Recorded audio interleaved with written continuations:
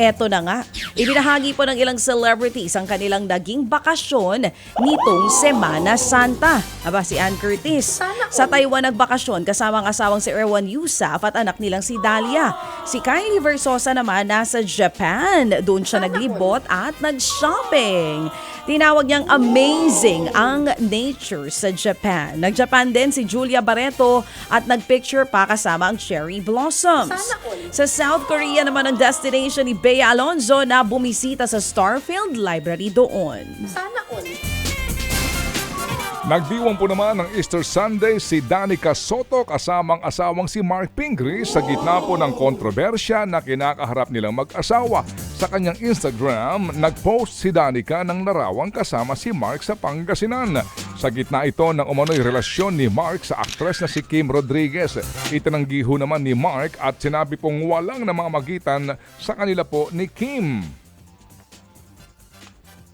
Pagliliwanag po rin ng basketballista, maayos ang kanyang pamilya at nakasama niya lamang si Kim sa isang basketball event. Nitong Marso ho lamang nang ipagdiwang nina Mark at Danica ang kanilang ika-17 taong anibersaryo ng kasal. Samantala, pinakamasayang birthday celebration daw ni Catherine Bernardo ang naging party niya sa El Nido sa Palawan noong March 26.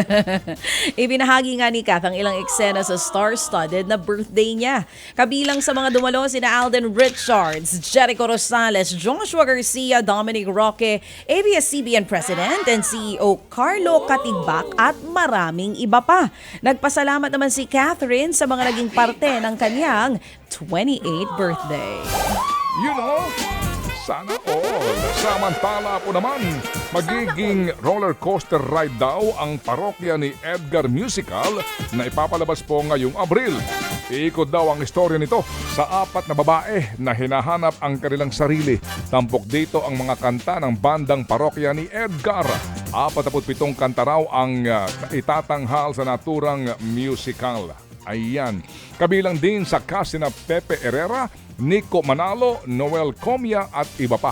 Sa April 6 naman, sisimulan pong ipalabas sa Newport Performing Arts Theater ang naturang pagtatanghal. Nagulat naman ang fans ng pop star na si Lizzo matapos ang kanyang pasabog na Instagram post. Ibinahagi ni Lizzo na sawang-sawa na siya sa pamumuna ng mga tao sa kanyang itsura. Gusto niya lamang daw ay gumawa ng mga kanta at magpasaya ng tao.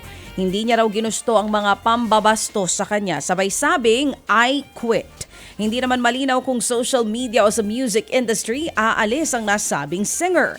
Matatanda ang kinasuhan ni Lizzo o si Lizzo na mga dati niyang dancer dahil sa umano'y sexual, racial at religious harassment at discrimination. Itinanggi naman ni Lizzo ang mga nasabing alegasyon. Ted Filon at DJ Chacha ngayon nasa Radyo 5 92.3 News FM Monday to Friday 6 to 10 a.m.